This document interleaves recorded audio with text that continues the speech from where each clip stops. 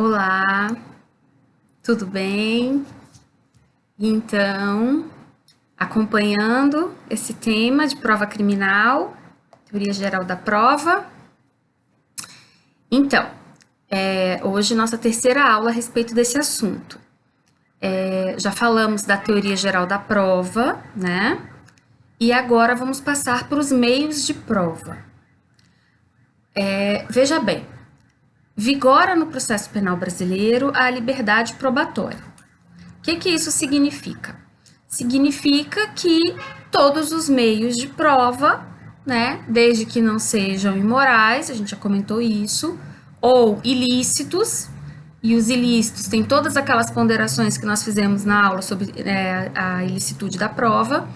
Então, tirando essas provas imorais e ilícitas, todos os meios serão admitidos.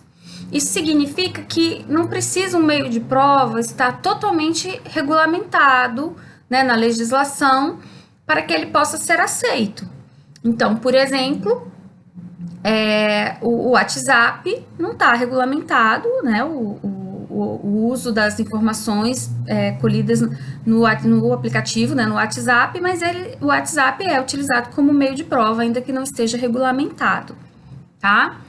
Então, o que nós vamos fazer agora? Nós vamos estudar os meios de prova que estão regulamentados, né? Primeiro vamos estudar os que estão no CPP e depois na legislação especial, sem prejuízo de você saber que não é porque não foi especificamente regulamentado algum meio de prova que ele não vai ser acolhido, tá? Ok. E o primeiro meio de prova que nós vamos estudar hoje é a prova pericial. Prova pericial. A gente já falou sobre prova pericial, você lembra? Nós falamos do valor probatório das perícias. Nós comentamos sobre isso quando estávamos estudando inquérito policial e falamos do valor probatório do inquérito policial. Falamos que o valor probatório do inquérito policial ele é relativo, né? O inquérito policial ele serve para o juiz tomar uma série de providências, mas não é suficiente para o juiz fundamentar exclusivamente com base nele a condenação. Agora, quando a gente falou isso, nós fizemos um adendo para falar da prova pericial. Por quê? Porque a prova pericial, ela, em regra, ela é colhida na fase do inquérito. As perícias normalmente são feitas logo após o fato criminoso. Normalmente, em regra. E aí, qual seria o valor probatório da perícia? Lembra? Lembra? Vamos lá. A perícia, ainda que, né, normalmente seja feita na fase extrajudicial, na fase do inquérito, vai ter valor probatório absoluto ou pleno. Isso significa que ela pode ser utilizada pelo juiz para formar o seu convencimento e condenar. E o valor probatório vai ser diferenciado por 3 motivos. Perícia é uma prova técnica, isso significa que ela é baseada em conhecimento científico, mais difícil, portanto, de ser corrompida, adulterada. Mais difícil, não disse impossível, né? Segundo motivo, a prova pericial, ela em regra, ela é irrepetível, não dá para ficar refazendo essa prova toda hora, né? Por quê? Porque as circunstâncias mudam, os vestígios podem perecer, né? Então, ele, em regra, é irrepetível. E o terceiro e principal motivo, a prova pericial, ela se submete a um contraditório diferido, que é um contraditório posterior. Então, ainda que o laudo, né, os vestígios sejam colhidos na fase do inquérito, o laudo até seja feito na fase do inquérito, quando ele é concluído, ele ingressa na ação penal. E aí vai ser dado vista às partes, acusação e defesa, para tomar ciência e, se quiser, impugnar essa prova pericial, tá? Veja bem, eu sei que a gente adora ver televisão, filmes, séries, eu adoro, e eu sei que muita gente gosta do CSI, por exemplo. E a gente vê em outros países, né, nos Estados Unidos, na Inglaterra, que há uma discussão, né, durante o processo, nos julgamentos, uma discussão muito grande a respeito da prova pericial. Isso pode acontecer no Brasil? Pode, tá? A prova pericial ela vai se submeter ao contraditório igual a qualquer outro meio de prova. O detalhe é que nós não temos essa tradição, tá? Mas é perfeitamente possível, conforme quando a gente for ler o CPP, você vai perceber isso. Mas então, há o contraditório, e esse contraditório ele só é feito posteriormente, mas ele existe. Ok. Dito isso, vamos estudar alguns detalhes. Para começar, vamos dar uma olhadinha no roteiro, né? A gente está seguindo o mesmo roteiro que foi disponibilizado na primeira aula. E esse roteiro começa lá, meios de prova, prova pericial. Aí tem algumas definições para a gente começar a trabalhar, tá? Então tem aí, ó, perícia. Escrevi para vocês que é um exame elaborado por pessoa, em regra profissional, dotada de formação e conhecimentos técnicos específicos acerca de fatos necessários ao deslinde da causa. Pô, professora, é lógico que esse exame vai ser elaborado por pessoa, né? Com certeza.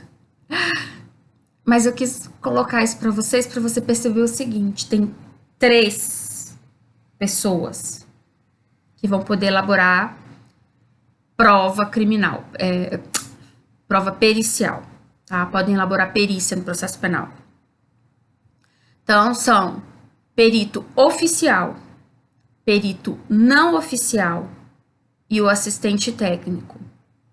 Então, no processo penal, pode ter a perícia, pode ter a prova pericial. E essa prova pericial poderá ser elaborada por 3 profissionais diferentes. Pode ser o perito oficial, não oficial e o assistente técnico. Então, vamos lá. Olha, no processo penal, em regra, quem elabora a perícia é o perito oficial. Perito oficial é a pessoa que passou no concurso de perito, da Polícia Civil ou Federal. Tá? Então, veja bem, quando tem concurso da polícia, tem lá cargo de escrivão, agente, delegado e tem cargo de perito.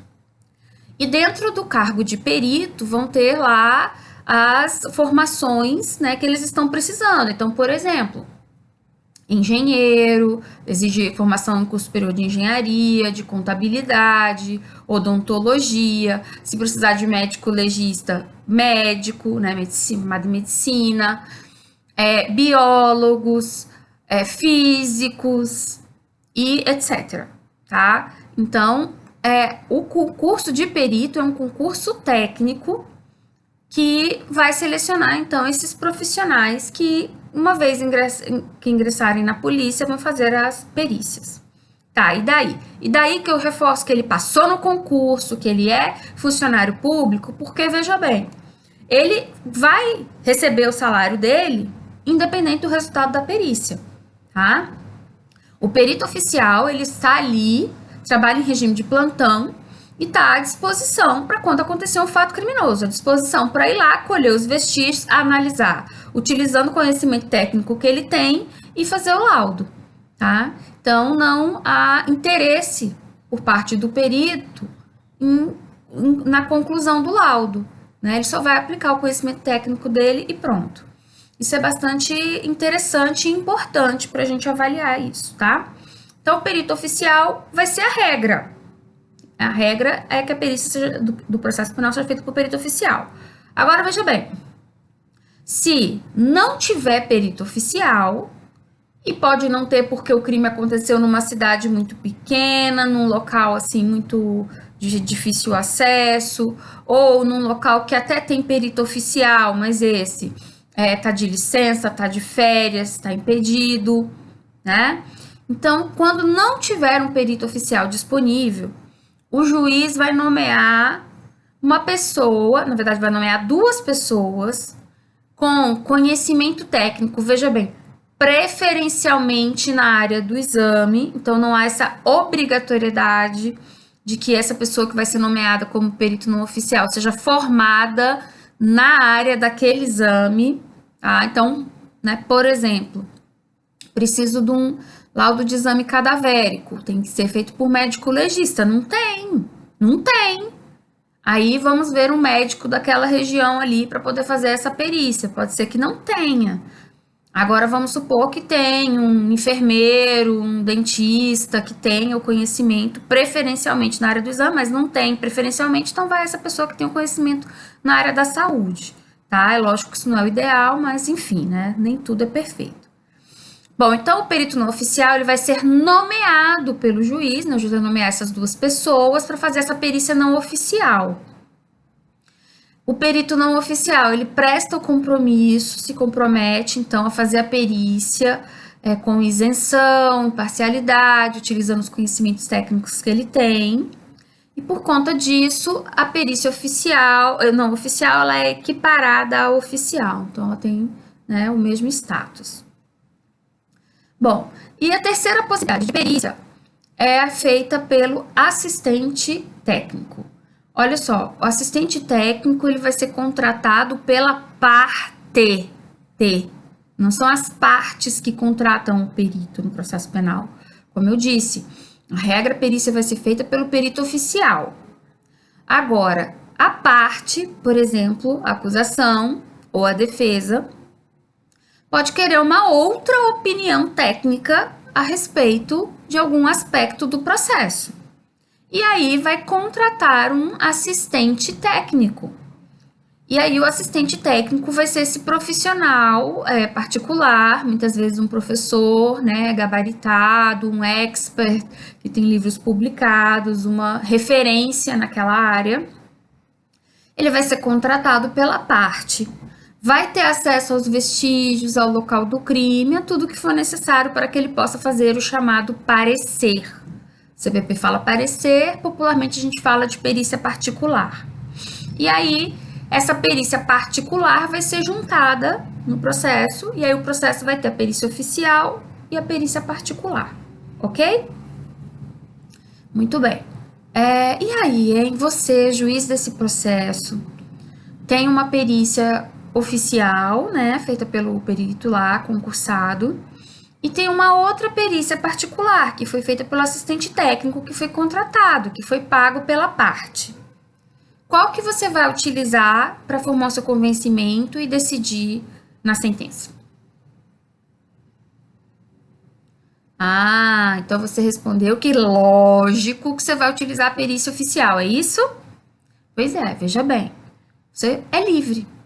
É livre para usar a perícia oficial, o resultado da perícia oficial, mas você também é livre para desconsiderar a perícia oficial e utilizar e concluir, né, e formar o seu convencimento com a perícia particular. E isso decorre de qual princípio, lembra? Livre convencimento motivado. Não temos critérios pré-estabelecidos de valoração da prova, o juiz não tem critérios pré-estabelecidos, então ele valora de acordo com o livre convencimento dele, mas ele vai ter que motivar. Professora, mas que absurdo, por que ele vai desconsiderar a perícia oficial? Vários motivos, tá? Então, por exemplo, a perícia oficial foi mal feita, está incompleta, utilizou material obsoleto, equipamento obsoleto, tá? Então, tem várias coisas aí que podem influenciar. Assim como também o juiz pode desconsiderar as duas, tanto a oficial quanto a particular. Então, não se esqueça disso, princípio do livre convencimento motivado, tá? Ok. Que mais que eu gostaria, então, de falar? Eu botei mais alguns conceitos aí, eu falei que o laudo pericial é a peça escrita na qual os peritos lançam o resultado do exame efetivado, mencionando o que observaram e consignando suas conclusões. Então, o laudo pericial, ele materializa a perícia no processo. E aí, botei corpo de delito, que é o conjunto de vestígios materiais deixados pela infração penal, representa a materialidade do crime. Depois a gente vai ver, né, que tem uma outra definição de vestígio, quando a gente for falar de cadeia de custódia, mas esse conceito eu acho interessante porque você visualiza assim, tudo que sobrar depois do crime são vestígios, né, que devem ser coletados e periciados, tá? Mais ou menos isso. E aí, por exemplo, a palavra corpo de delito pode parecer que é só corpo, né? Corpo físico, corpo humano, mas não.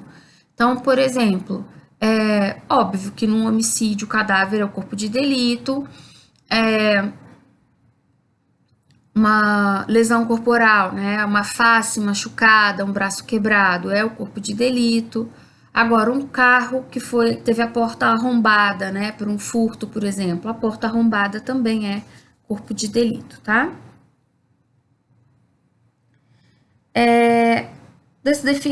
Nessas definições que estão aqui, era isso que eu queria falar. Vamos pular agora lá para o CPP, para a gente começar a analisar o que está previsto na legislação sobre perícia, tá? Então, vamos lá primeiro no artigo 158. Essa parte aqui a gente vai ler a legislação e ir comentando, tá? Porque realmente tem muito detalhe aqui para você acompanhar. Então, 158 do CPP. Quando a infração deixar vestígios, será indispensável o exame de corpo de delito, direto ou indireto, não podendo supri-lo a confissão do acusado. Então, olha só, quando a infração deixar vestígios, tem crimes que deixam vestígios e crimes que não deixam vestígios. Crimes que não deixam vestígio, por exemplo, uma ameaça verbal, uma calúnia, né? A voz da pessoa some no espaço e aí não deixou vestígio. Agora, crimes que deixam vestígio, homicídio, lesão corporal, os crimes de falsificação, sei lá, esses que eu lembrei aqui agora, estupro, né? Crimes, algumas modalidades de atos libidinosos, por aí. Então, quando deixa vestígio, é indispensável o exame de corpo de delito, é indispensável fazer a perícia. E aí o CPP fala direto ou indireto. Direto é quando eu tenho acesso ao vestígio principal, ao corpo de delito principal. Indireto é quando eu não tenho acesso ao vestígio principal, porque, por exemplo, tocou fogo no cadáver e aí só sobrou, sei lá, um dentinho, fiozinho de cabelo, um restinho de sangue, um pedacinho de osso e por aí vai, tá? Então, direto ou indireto, ó, não podendo supri-lo a confissão do acusado. Olha só, nos crimes que deixam vestígio, eu preciso da perícia. Por quê? Porque a perícia vai comprovar a materialidade do crime. E a confissão do acusado não supre a ausência da perícia. Eu pedi para vocês assistirem o filme O Caso dos Irmãos Naves, né? Espero que todos tenham assistido. Quem não assistiu, achou bastante interessante. É um caso real e que, veja bem, se à época tivesse essa regulamentação específica, eles não teriam sido condenados. Por quê? Porque não havia o corpo de delito, né? Eles foram acusados na morte do primo, o primo não morreu, o primo fugiu da cidade, né? Foi curtir a vida, doidado, e só voltou anos depois, e nesse meio tempo acharam que os irmãos Naves tinham matado o primo. E aí não tinha o cadáver, torturaram os irmãos Naves até eles confessarem. Então, veja bem, a confissão, ela não supre a ausência do laudo pericial, tá? E aí você pode falar, professor, então tá muito fácil, né? Vou sumir aí com o corpo, porque aí não tem a prova pericial, mesmo que torturar ou mesmo que confessar, a pessoa não vai ser condenada. Olha só, o artigo 158, ele tem que ser analisado junto com o artigo 167. Então, vamos lá no 167.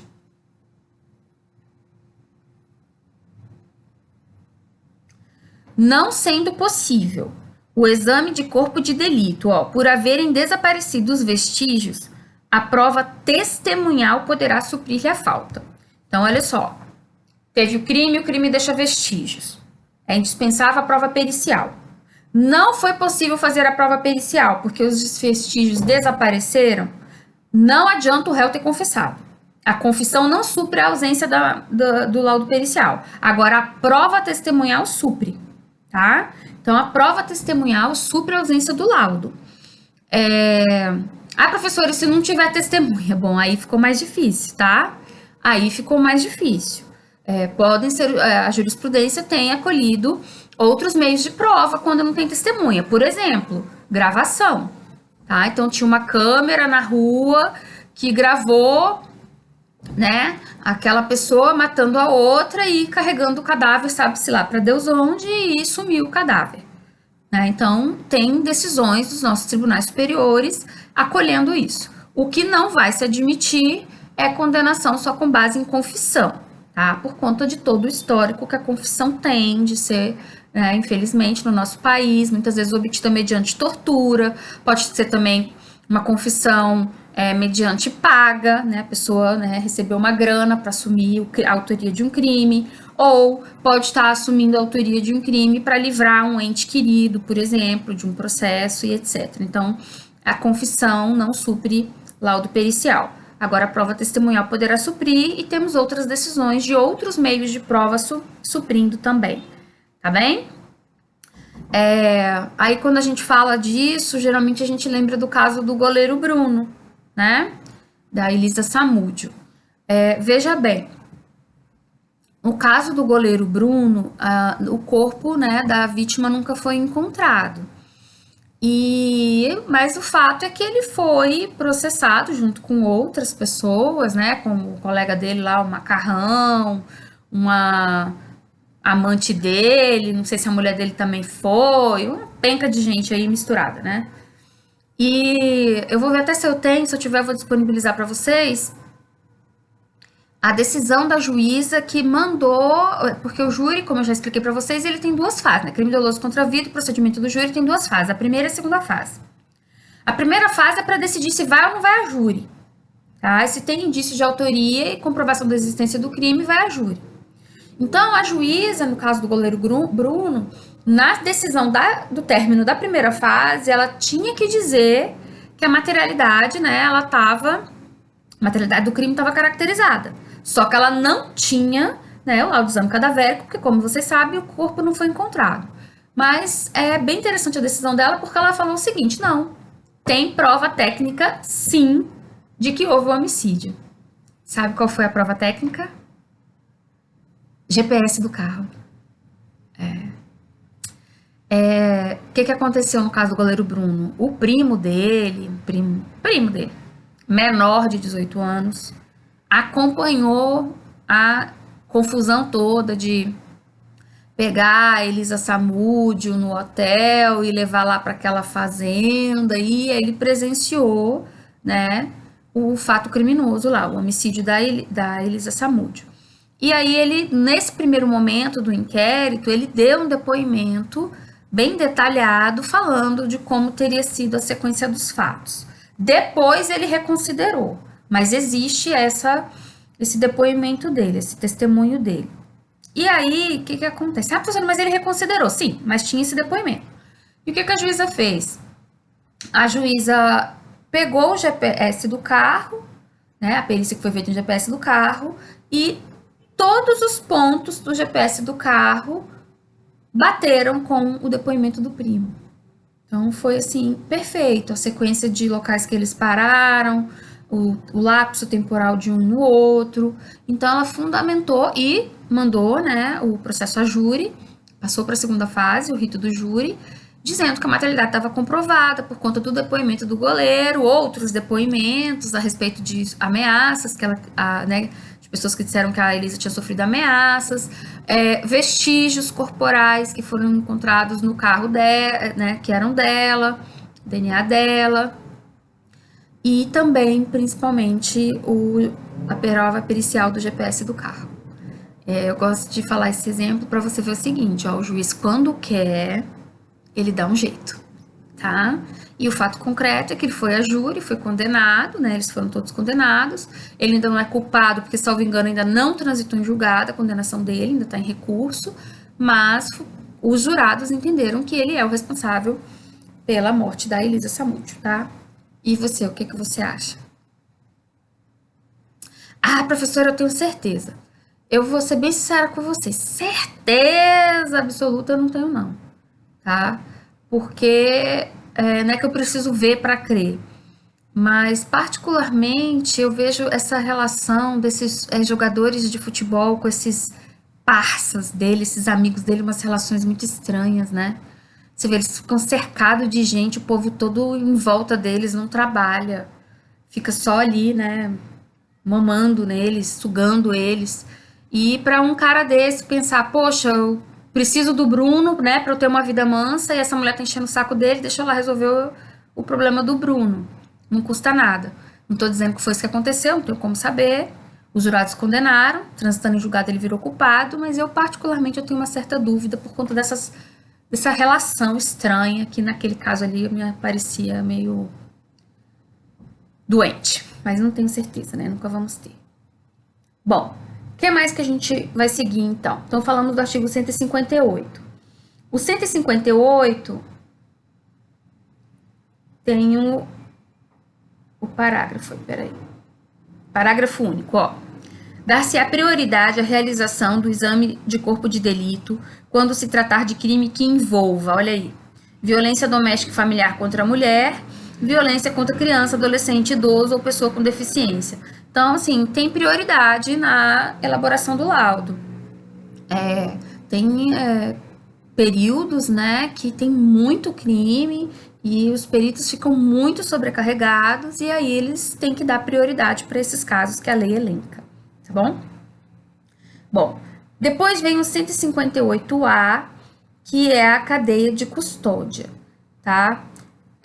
Veja bem, o que é a cadeia de custódia? Tem a definição aí no 158A.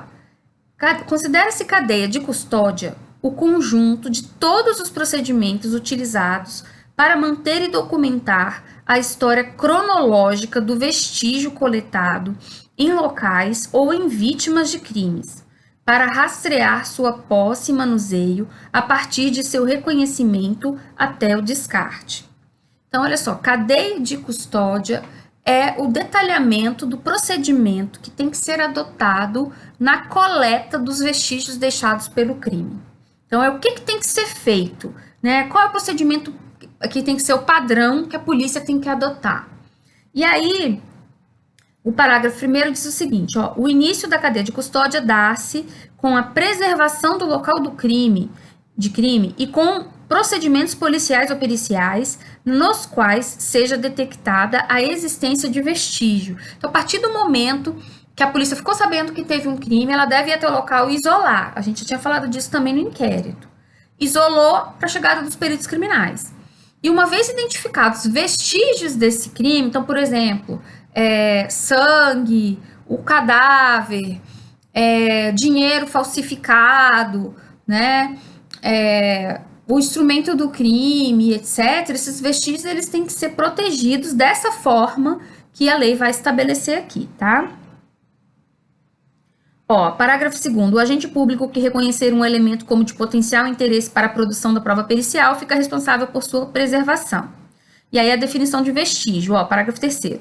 Vestígio é todo objeto ou material bruto, visível ou latente, constatado ou recolhido, que se relaciona à infração penal. Então, eu falei que corpo de delito é tudo que sobra depois do fato criminoso e os vestígios, então, né, o que sobrar do fato criminoso são esses objetos, essas coisas materiais, né, que vão ser coletadas, identificadas, resguardadas, preservadas, periciadas e posteriormente pode ser feito o eventual descarte. E aí o 158B, ele vai trazer, ó, a cadeia de custódia compreende o rastreamento do vestígio nas seguintes etapas. Então, ó, isso aqui, essas etapas que eu vou mencionar aqui para vocês agora, isso aqui para concurso da área policial, você decora isso daqui, tá? Porque vai cair, tá bem? É uma coisa nova, um procedimento que vai ter que ser observado pela polícia, né? Polícia Civil, Polícia Federal, e, portanto, é prato cheio para concurso, principalmente da área policial. Ah, professora, e para a nossa prova? Nossa prova tem consulta, né? Então, é só você ler lá. Então, vamos lá. Quais são as fases? Ó, as etapas. Primeiro, reconhecimento. Distinguir um elemento como de potencial interesse para a produção da prova pericial. Isolamento. Evitar que se altere o estado das coisas, devendo isolar e preservar o ambiente imediato e relacionado ao vestígio e local do crime. Então, reconhecimento, isolamento, fixação. Descrição detalhada do vestígio, conforme se encontra no local do crime ou no corpo de delito, e sua posição na área de exames, podendo ser ilustrada por fotografias, filmagens ou croquis, sendo indispensável a sua descrição no laudo pericial produzido pelo perito responsável pelo atendimento. Então, fixação e descrição. Coleta. Recolher o vestígio que será submetido à análise pericial, respeitando suas características e natureza. Acondicionamento, procedimento pelo qual cada vestígio coletado é embalado de forma individualizada, de acordo com suas características físicas, químicas e biológicas, para posterior análise, com anotação de data, hora e nome de quem realizou a coleta e o acondicionamento. Transporte, ato de transferir o vestígio de um local para outro, utilizando as condições adequadas, ou seja, embalagens, veículos, temperaturas, de modo a garantir a manutenção de suas características originais, bem como o controle de sua posse. Recebimento é o ato formal de transferência da posse do vestígio, que deve ser documentado com, no mínimo, informações referentes ao número de procedimento e unidade de polícia judiciária relacionada, local de origem, nome de quem transportou, código de rastreamento, natureza do exame, tipo do vestígio, protocolo, identificação. Você vê que é uma coisa bem detalhada, né? Processamento é o exame pericial em si, manipulação do vestígio de acordo com a metodologia adequada às suas características biológicas, físicas e químicas, a fim de se obter o resultado desejado, que deverá ser formalizado em laudo produzido por perito. Então, você já guarda a fase, a etapa do processamento é a fase da perícia propriamente dita, tá? Armazenamento é o procedimento referente à guarda em condições adequadas do material a ser processado, guardado para realização de contraperícia, descartado ou transportado, com vinculação ao número do laudo correspondente. Contraperícia é a necessidade de refazer, complementar e tal. E o descarte, que é o procedimento referente à liberação do vestígio, respeitando a legislação vigente, quando pertinente, necessita de autorização judicial. Ok? Então, dessa parte da cadeia de custódia, vai me lembrar de prisão, mas não, tem a ver com prova criminal, tem a ver com a coleta de vestígio e todas essas fases para proteger os vestígios que foram encontrados no local do crime e a forma como eles devem ser periciados e armazenados. E os outros artigos, depois vocês deem uma lida, vão detalhar mais o tipo de recipiente, né? Que o 158C fala que a coleta dos vestígios deve ser realizada preferencialmente por perito oficial, né? Como eu falei, já é a regra. É isso. Que o 158 todos os institutos de criminalística deverão ter uma central de custódia para guardar e controlar os vestígios, que tem que ter serviço de protocolo. Tá. Tranquilo isso aí. Ok? Então, falamos da cadeia de custódia. Seguindo ainda, né, nessa parte aí da perícia, vamos ver agora o 159, que vai detalhar mais aquela questão do perito oficial e não oficial e o assistente técnico. Então, 159. O exame de corpo de delito e outras perícias serão realizados por perito oficial, portador de diploma de curso superior. Então, já falei para vocês que é a regra. Na falta de perito oficial, o exame será realizado por 2 pessoas idôneas, portadoras de diploma de curso superior, preferencialmente na área específica, dentre as que tiverem habilitação técnica relacionada com a natureza do exame. Olha, você vê então que se for perito oficial, é um só que faz a perícia. A pessoa antigamente eram 2, eram mesmo, mas agora é um só. Vão ser 2 peritos quando for não oficial, tá? E aí, depois, se tiver curiosidade, tem várias súmulas dos tribunais falando de 2 peritos. Essas súmulas existiam por conta de conflitos, né, de discussões entre 2 peritos oficiais. Mas elas ainda são utilizadas para essa situação de perito não oficial, porque continua no perito não oficial sendo 2 peritos.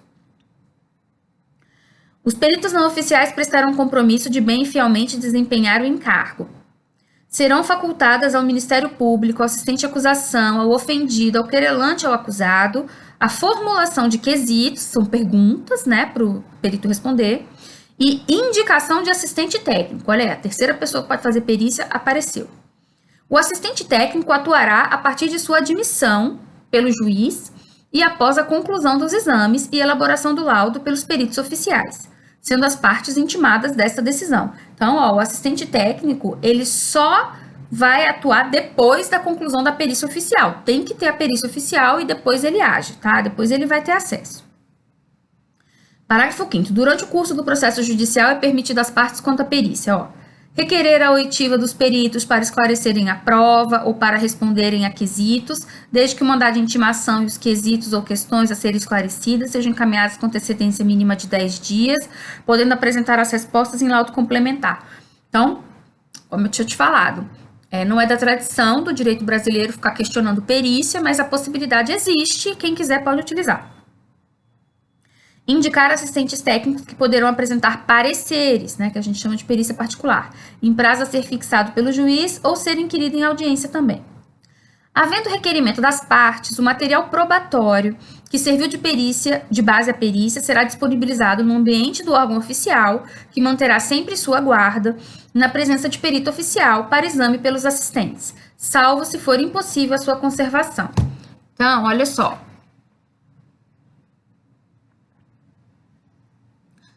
O assistente técnico pode solicitar para ter acesso aos vestígios que foram coletados pelos peritos oficiais, tá?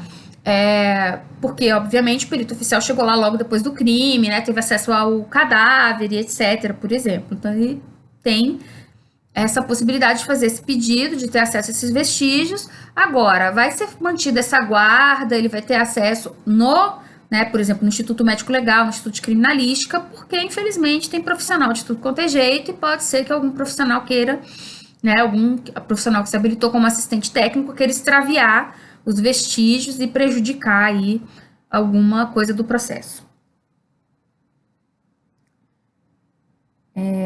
Que mais? Parágrafo 7º do 159.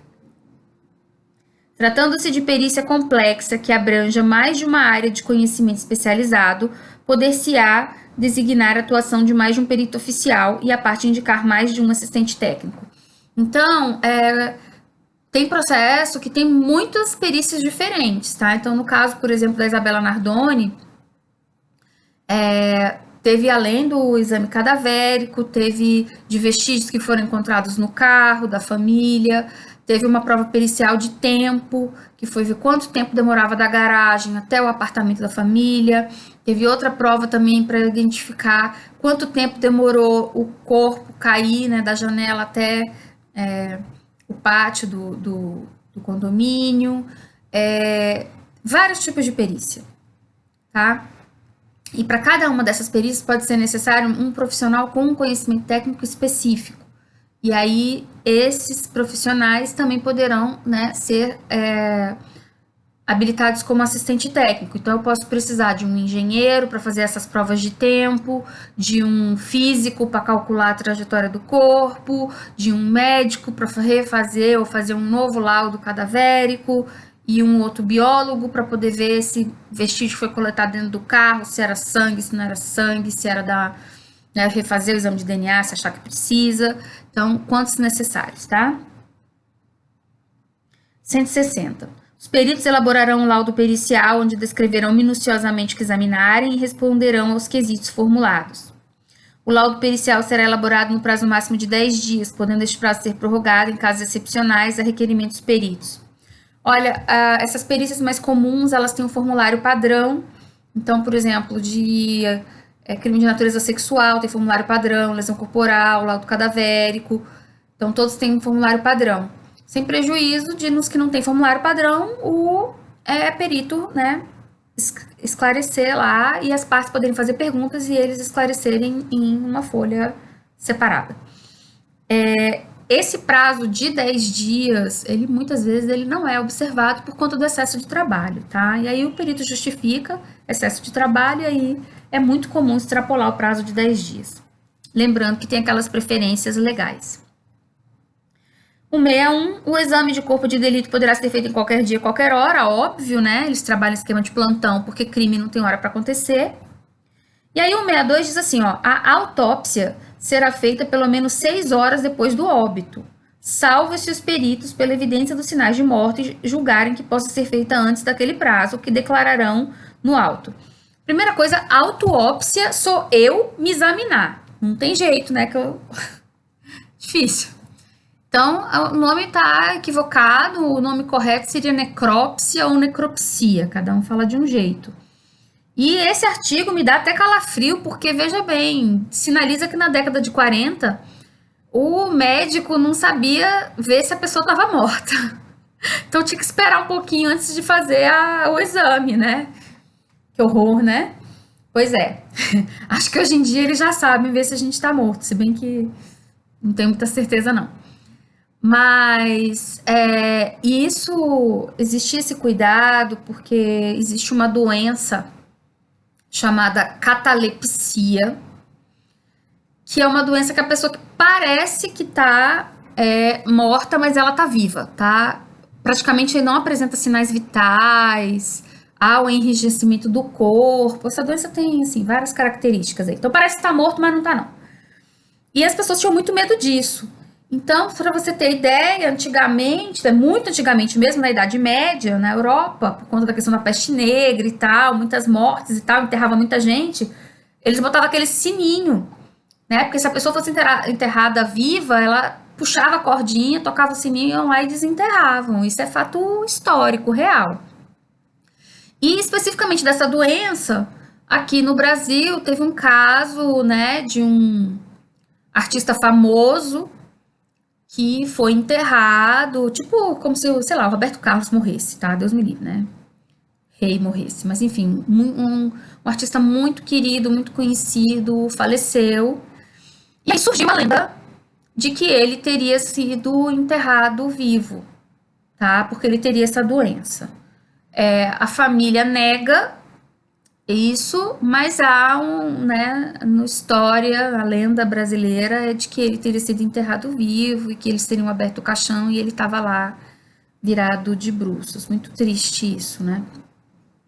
Se é que foi verdade mesmo. Dizem que sim, a família nega. Muito difícil para a família se isso tiver acontecido. Depois vocês pesquisem aí ou perguntem para a avó de vocês, ela vai saber falar. Eu esqueci o nome agora. Acho que era cantor.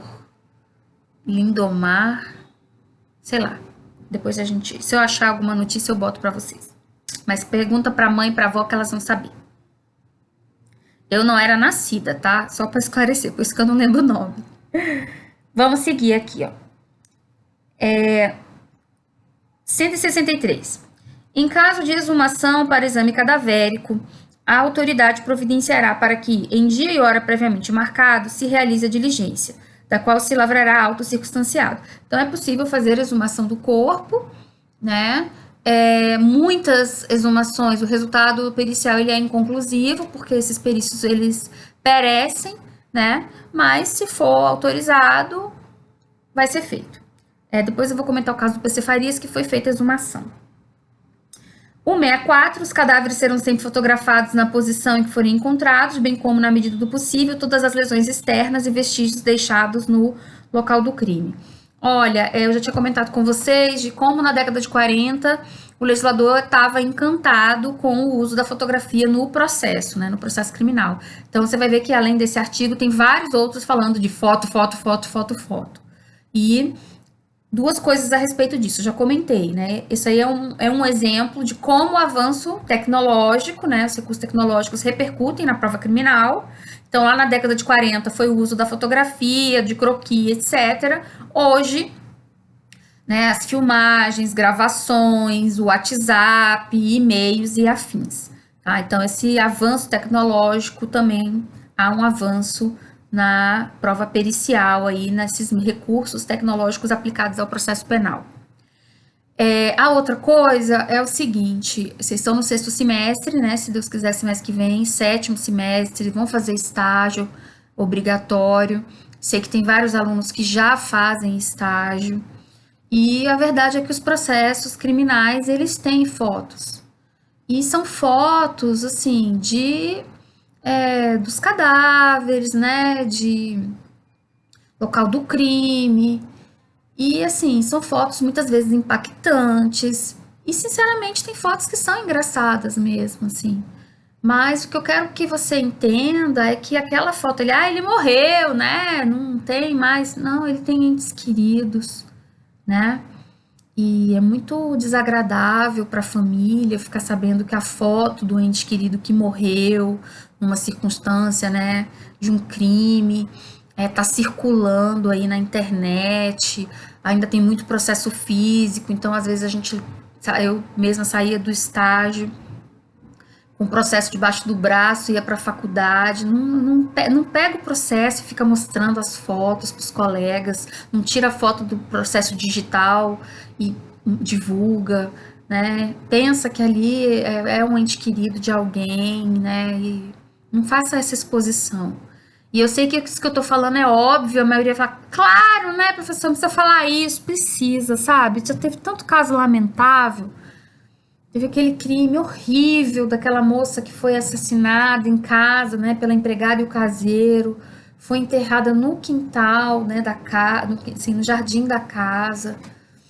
E você vê, olha que crime horrível para essa família, né? Qualquer família perder uma filha ainda nessa situação, ainda ser enterrada na própria residência. E aí chega no júri, um dos jurados divulgou as fotos da vítima, o jurado, né? Então assim, vamos ter bom senso, vamos pensar nos sentimentos dos outros, vamos pensar que a gente não faria isso se fosse um parente nosso, então a gente não faz com os outros.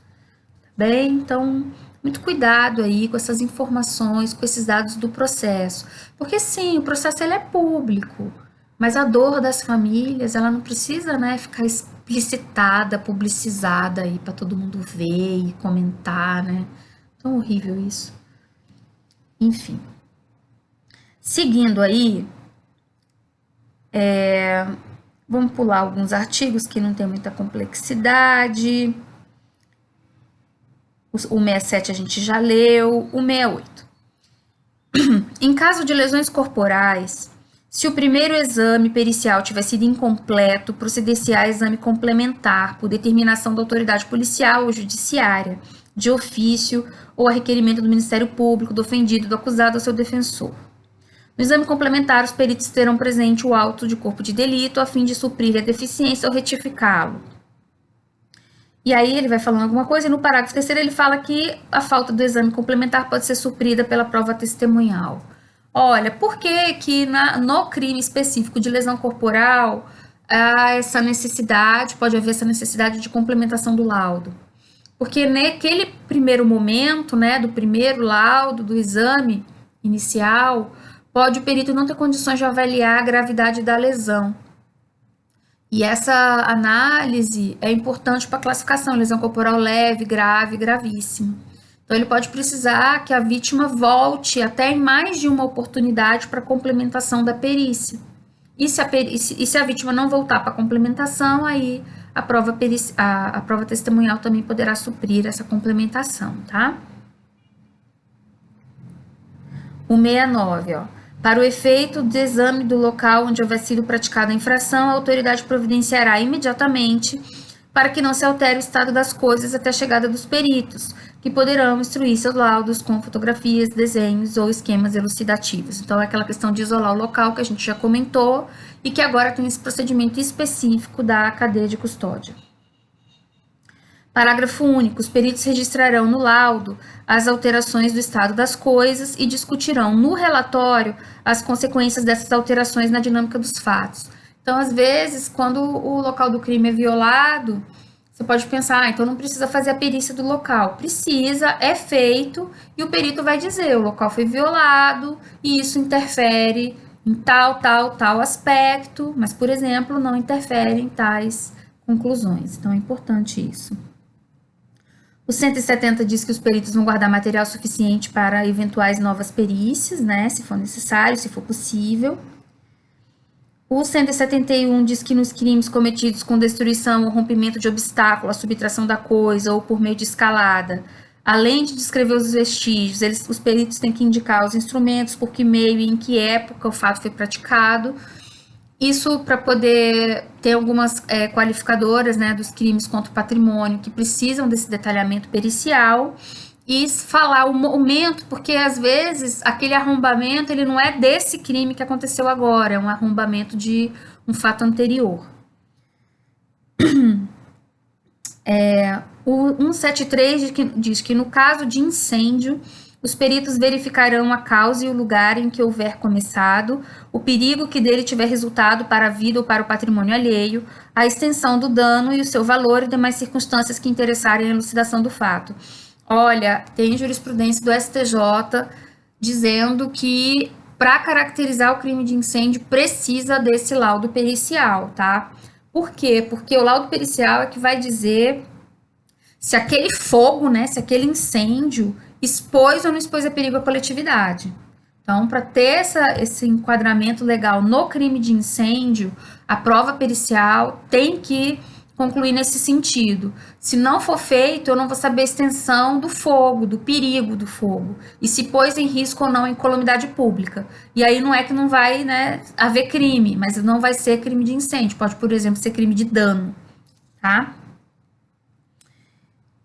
Aí o 174 é bem interessante, olha, queria que você acompanhasse a leitura comigo aí.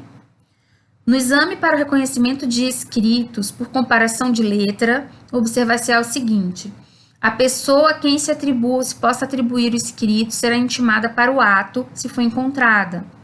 Para comparação, poderão servir quaisquer documentos que a dita pessoa reconhecer ou já tiver sido judicialmente reconhecidos como de seu punho, ou sobre cuja autenticidade não houver dúvida.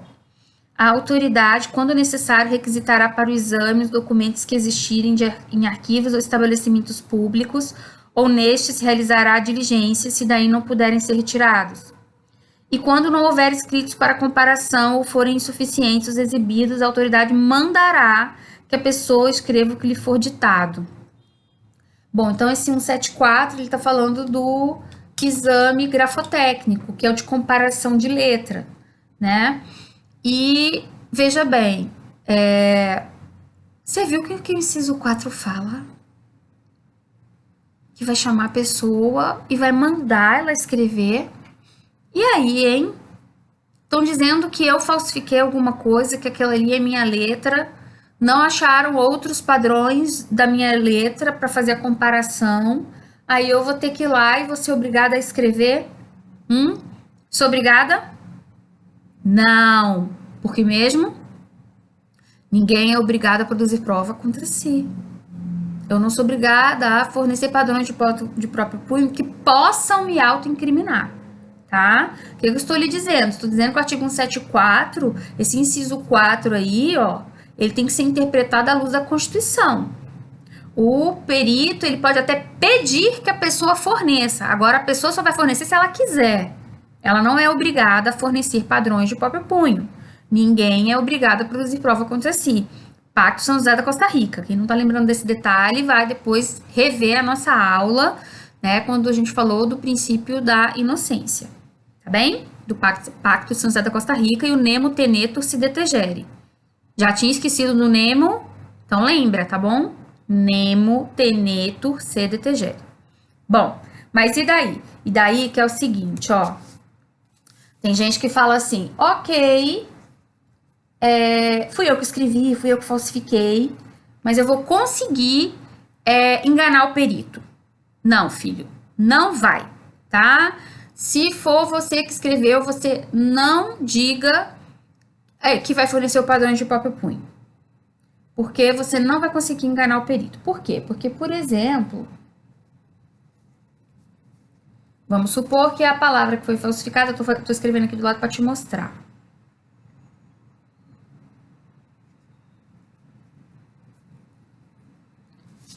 Por exemplo, ele quer, tá dando para ver? Ó, ele quer verificar quem foi que escreveu Fernanda, tá? Bom, você acha que ele vai me mandar eu escrever Fernanda? Não. Ele vai mandar, olha só, eu escrever outras palavras, ó, com F maiúsculo e com as letras para ele verificar. Então, ele vai pedir para eu escrever essas palavras. E aí, por exemplo, outra coisa, ele não vai mandar escrever uma vez, ele vai mandar escrever páginas. E aí os estudos dizem que depois da terceira página, todo mundo retoma a escrita original. Ninguém consegue ficar forçando escrever diferente, entendeu? E aí, então, o exame é feito depois da terceira página. E aí ele vai falar, ó, é do próprio punho dela, né? E é mesmo, né? Porque eu acabei de escrever. Por quê? Porque o F dela tem essa voltinha aqui, ó. E aí ele vai falar o percentual de que tem a mesma volta. O F é cortado dessa maneira, no meio, de forma equilibrada. O E não encosta e ele é sempre abertinho aqui e emenda na letra seguinte. Ó, o Nanda aqui, ó, quando ela for escrever banana, ó, o A fica perdido, ó, isolado no meio. o último A fica isolado no meio também, ó, aparecendo uma interrogação deitada, o N, tarará, e aí eles analisam todos esses detalhes e podem concluir com certeza se foi ou não foi de próprio punho, né? 99,99% de certeza, é um índice altíssimo. Quem tiver oportunidade de ver, né, de ler um laudo pericial de exame grafotécnico, é muito interessante. Teve um fato lamentável no exame de ordem do Distrito Federal, já tem acho que mais de uma década, isso, certeza, mais de uma década, e foi até o fato que acabou fazendo com que o DF também aderisse ao exame nacional, porque antes não era obrigatório, né? Cada OAB fazia o seu exame. E uma das examinadoras de penal, inclusive, não fui eu, até parece, Deus me livre, mas ela combinava com alguns candidatos, os candidatos entregavam a prova em branco, a prova subjetiva, tá? Da OAB, a peça principalmente. E aí os candidatos que tinham combinado com ela entregava em branco, entregava a prova em branco, ela preenchia com a letra dela. E aí foi descoberto porque acho que um dos fiscais viu que a pessoa tinha entregue em branco, sabia mais ou menos quem era, a pessoa viu que ele tinha entregue em branco, e aí depois viu que ele tinha passado. Falou, como é que ele passou se ele entregou em branco? E aí acabou identificando isso. E foi incontestável, porque o exame grafotécnico deixou claro que ela tinha preenchido não só a prova dessa pessoa, mas de várias outras. Tá? Era um esquema aí. Coisa horrorosa, né? Enfim. Seguindo aí pra gente já, estamos quase encerrando a prova pericial. Vamos pular alguns artigos. 180, ó. Se houver divergência entre os peritos, serão consignadas no auto do exame as declarações e respostas de um e de outro, e de cada um redigirá separadamente seu laudo, ou a autoridade nomeará um terceiro. Se este divergir de ambos, a autoridade poderá mandar proceder a novo exame por outros peritos. Então, essa divergência pode acontecer naquele caso do não oficial, que são duas pessoas, mas pode acontecer também do juiz querer uma terceira opinião quando ele tem uma perícia oficial, a perícia particular, elas são muito contraditórias e o juiz está um pouco inseguro e quer uma terceira opinião técnica. Essa terceira opinião, ela vai ser um outro perito oficial que o juiz vai solicitar, tá? 181 fala que no caso de inobservância de formalidades, omissões, obscuridades, contradições, a autoridade mandará suprir a formalidade, complementar ou esclarecer o laudo, assim como vai poder ordenar que se proceda a novo exame, né, por outros peritos se achar conveniente. Aí olha o 182 que a gente já comentou na aula passada, já falei nessa aula e agora vamos ver o fundamento legal, 182. O juiz não ficará adstrito ao laudo, podendo aceitá-lo ou rejeitá-lo no todo ou em parte. Então, isso aqui, ó, é uma das consequências do livre convencimento motivado. O juiz não é obrigado a valorar prova nenhuma, nem mesmo a prova pericial, nem mesmo o exame de DNA. Lembra? A gente já falou sobre isso. E aí ele tem que fazer, é fundamental por que ele não considerou. Então ele pode falar que é porque o local foi violado e as conclusões não são confiáveis, ele pode falar que identificou que o perito, por exemplo, tinha alguma hipótese de impedimento ou suspeição e, portanto, ele não era imparcial, ele pode falar que o equipamento que foi utilizado é muito ultrapassado e as conclusões, então, não são confiáveis e por aí vai. E 184, salvo o caso de exame de corpo de delito, o juiz ou autoridade policial negará a perícia requerida pelas partes quando não for necessário o esclarecimento da verdade. Então, assim, se o juiz verificar que a parte está fazendo solicitações de uma série de perícias lá e elas não são necessárias, ele vai indeferir, tá? A perícia que é indispensável é aquela que comprova a materialidade do crime, né? Nos crimes que deixam vestígio. As outras vai depender do caso concreto, sendo que se for simplesmente para perder tempo, para protelar, o juiz vai indeferir. Tranquilo? Ok. Então, essa aula hoje foi sobre prova pericial. E vamos ter mais aulas aí sobre os outros meios de prova. Para finalizar hoje, eu vou disponibilizar para vocês o link de um site que vai falar do caso do PC Farias. Não sei se você lembra, né? Acho que muitos não eram nem nascidos, mas o PC Farias, ele era o tesoureiro do ex-presidente Fernando Collor de Mello. E aí, o que acontece? Ele era o cara da grana, né? Que combinava com empresas, empreiteiras, para poder ganhar as licitações do governo, etc. Então, assim, ele era o cara da mala, né? O homem da mala, como se falava. Bom, e aí o que aconteceu? O Fernando Collor de Mello, todo mundo sabe, ele sofreu impeachment, né, por conta de questões de corrupção, improbidade administrativa, etc. Ok. E o PC Farias, ele também, né, foi acusado, aí ele fugiu, dá um filme bom o caso do PC Farias, não sei nem por que ainda não teve, talvez a família não tenha autorizado. Mas aí, então, ele tinha muito dinheiro, né, porque ele que fazia as maracutaias e tal, e não tô falando muito, que inclusive ele foi condenado, mas aí, durante o processo, ele fugiu, ele ficou, acho que uns 180 dias foragido. Pra você ter ideia, ele foi para Londres, fingiu que era um sheik árabe, não é? Coisa de louco, né? As pessoas são criativas. Mas acabou que ele foi preso na Tailândia, voltou pro Brasil, foi extraditado, veio pro Brasil, cumpriu parte da pena e aí foi solto. E aí ele tá lá morando, né? A família dele é de Maceió, ele tá lá em Alagoas e tal, arrumou uma namorada, Suzana Marcolino, a menina muito nova. E aí tava lá naquele affair com ela e tal. E aí, no mês seguinte, na semana seguinte, sei lá, prestes a dar um depoimento, que dizem que ele ia contar tudo, né? O que tinha acontecido, quem é que tinha ganhado dinheiro e as maracutaias e todas, e que ele ia abrir o verbo. Ele foi encontrado morto em casa com a namorada. E aí, por que eu tô falando de tudo isso?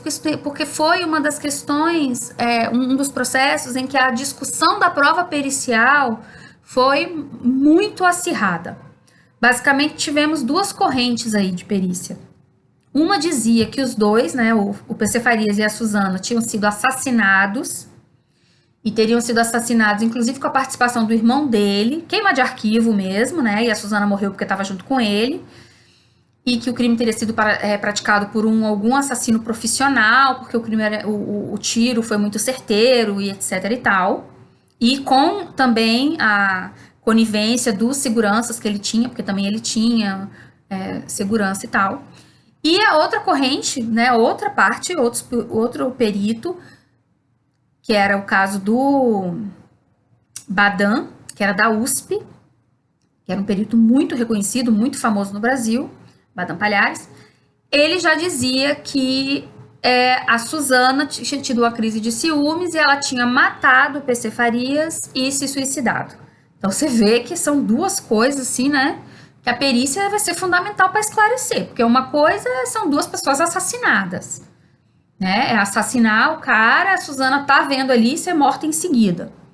Outra coisa é ela matar o namorado e depois se suicidar. E aí, então, foi uma briga, uma guerra em relação às perícias. O irmão do PC Farias, ele tinha foro especial, né? Ele era deputado federal, salvo engano. O STF entendeu que tinha tido o homicídio seguido de suicídio, ou seja, que quem tinha praticado o crime era a Suzana Marcolino, e aí, portanto, absolveu o irmão. E já em relação ao processo dos seguranças, né, que fazia segurança lá, que já foram 4 pessoas que foram acusadas junto com o irmão do PC Farias, eles foram julgados pela Justiça de Maceió, e já a Justiça de Maceió, Justiça Estadual, júri, Tribunal do Júri, absolveu os 4 por falta de provas, mas não entendeu que teve suicídio, que houve 2 homicídios, mas não sabe quem foi que fez. Tá? Então, realmente é um caso assim bem polêmico. E uma questão extremamente polêmica que fez com que esse perito lá da USP depois ficasse muito desacreditado, é porque para poder falar que tinha havido, né, que a Suzana Marcolino tinha matado o PC Farias e se suicidado, era muito importante a questão da trajetória da bala. E para isso tinha que saber a altura da vítima, para ver essa trajetória da bala e tal, não sei o quê. E aí, realmente, para vocês terem ideia, havia uma discordância em relação à altura da Suzana. Mas não era uma discordância de 1 ou 2 centímetros, não, era de mais de 10 centímetros. Então, você vê que realmente a cadeia de custódia da prova não foi observada nesse caso, provavelmente de forma proposital, para o crime ficar, né, insolúvel mesmo. e não se sabe qual é a altura da vítima. Houve exumação e mesmo assim havia uma discussão se ela tinha, acho que era 1,55 ou 1,65, uma coisa assim. Bom, então é um caso bem interessante, em que houve toda uma discussão a respeito da prova pericial, e aí eu vou botar o link para quem tiver interessado saber, tá? Obrigada.